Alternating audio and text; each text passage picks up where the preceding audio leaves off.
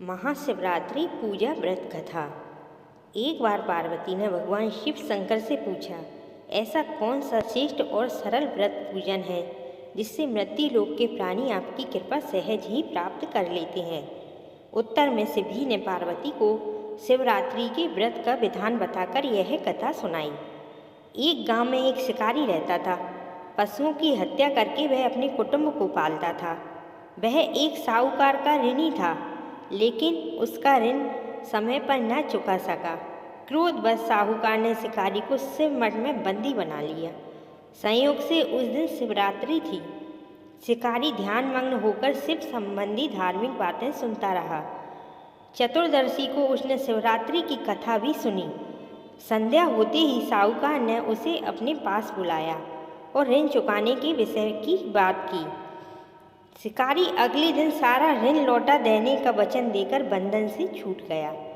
अपनी दिनचर्या की भांति वह जंगल में शिकार के लिए निकला, लेकिन दिन भर बंदी गृह में रहने के कारण भूख प्यास से व्याकुल था। शिकार करने के लिए वह एक तालाब के किनारे बेल वृक्ष पर पड़ाव बनाने लगा। बेल वृक्ष के नीचे शिवलिंग था, जो बेल पत्रों से ढका हुआ था। शिकारी को उसका पता न चला। पड़ाव बनाते समय उसने जो टहनियाँ तोड़ी वे संयोग से शिवलिंग पर गिरी। इस प्रकार दिन भर भूखे प्यासे शिकारी का व्रत भी हो गया और शिवलिंग पर बेलपत्र भी चढ़ गए।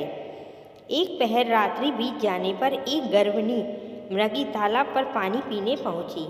शिकारी ने धनुष पर तीर चढ़ाकर ज्यों ही प्रत्यंचा खींची। मृगी बोली, मैं गर्भिणी हूँ, शीघ्र ही प्रसव करूँगी। तुम एक साथ दो जीवों की हत्या करोगे जो ठीक नहीं है। मैं अपने बच्चे को जन्म देकर शीघ्र ही तुम्हारे सामने प्रस्तुत हो जाऊंगी, तब तुम मुझे मार लेना। शिकारी ने प्रत्यंचा ढीली कर दी और मृगी झाड़ियों में लुप्त हो गई। कुछ ही देर बाद एक और मृगी उधर से निकली। शिकारी की प्रसन्नता का ठिकाना न रहा। समीप आने पर उसने धनुष पर बाण चढ़ाया।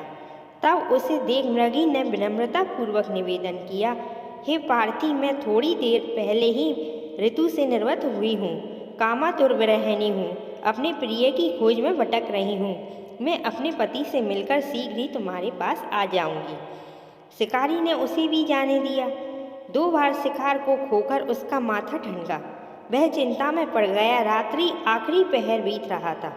तभी एक अन्य मृगी अपने बच्चों के साथ उधर से निकली। शिकारी के लिए यह स्वर्णिम अवसर था। उसने धनुष पर तीर चढ़ाने में देर न लगाई। वह तीर छोड़ने ही वाला था कि मृगी बोली, हे पार्थी, मैं इन बच्चों को पिता के हवाले करके लौट आऊँगी, इस समय मुझे मत मारो।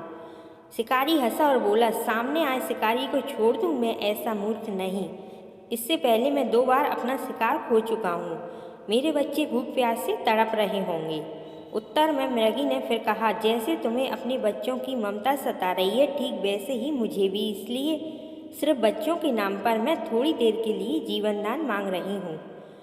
हे पार्थी, मेरा विश्वास कर, मैं इन्हें इनके पिता के पास छोड़कर तुरंत लौटने की प्रतिज्ञा करती हूँ। मृगी का दीन स्वर सुनकर शिकारी को उस पर दया आ गई। उसने उस मृगी को भी जाने दिया। शिकार के अभाव में बेल वृक्ष पर बैठा शिकारी बेल पत्र तोड़ तोड़कर नीचे फेंकता जा रहा था। पाँव फटने को हुई तो एक हष्ट-पुष्ट मृग उसी रास्ते पर आया। शिकारी ने सोच लिया कि इसका शिकार वह अवश्य ही करेगा।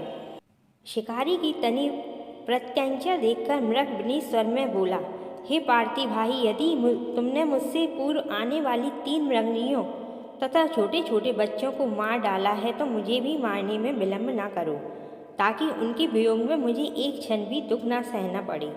मैं उन मृगियों का पति हूँ। यदि तुमने उन्हें जीवन दान दिया है तो मुझे भी कुछ क्षण जीवन दान देने की कृपा करो। मैं उनसे मिलकर तुम्हारे सामने उपस्थित हो जाऊंगा। मृग की बात सुनते ही शिकारी के सामने पूरी रात का घटनाक्रम घूम गया। उसने सारी कथा मृग को सुना दी। तब मृग ने कहा, मेरी तीनों पत्नियां जिस प्रकार प्रतिज्ञाबद्ध होकर गई हैं, मेरी मृत्यु से अपने धर्म का पालन नहीं कर पाएंगी। अतः जैसे तुमने उन्हें विश्वास पात्र मानकर छोड़ा है, वैसे ही मुझे भी जाने दो। मैं उन सबके साथ तुम्हारे सामने शीघ्र ही उपस्थित होता हूँ। उपवास, रात्रि जागरण तथा शिवलिंग पर बेलपत्र चढ़ाने से शिकारी का हिंसक हृदय निर्मल हो गया था। उसमें भगवत शक्ति का वास हो गया था। धनुष तथा बाण उसके हाथ से सहज ही छूट गए।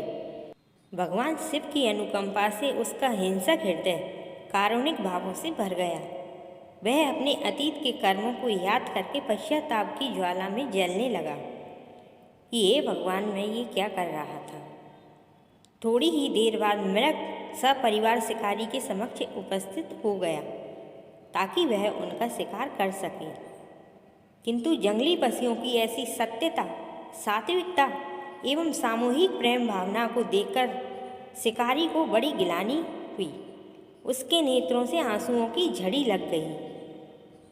उस मृग परिवार को न मारकर शिकारी ने अपने कठोर हृदय को जीव हिंसा से हटा दिया, सदा के लिए, और कोमल एवं दयालु बना लिया।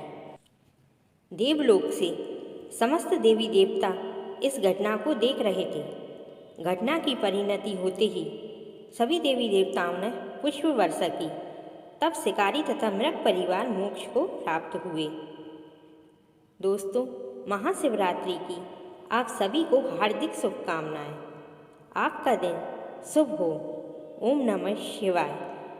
दोस्तों, आपको यह वीडियो अच्छी लगी हो तो वीडियो को लाइक और शेयर करें और ऐसे ही वीडियो देखने के लिए हमारे चैनल को सब्सक्राइब करें। वीडियो देखने के लिए बहुत बहुत धन्यवाद।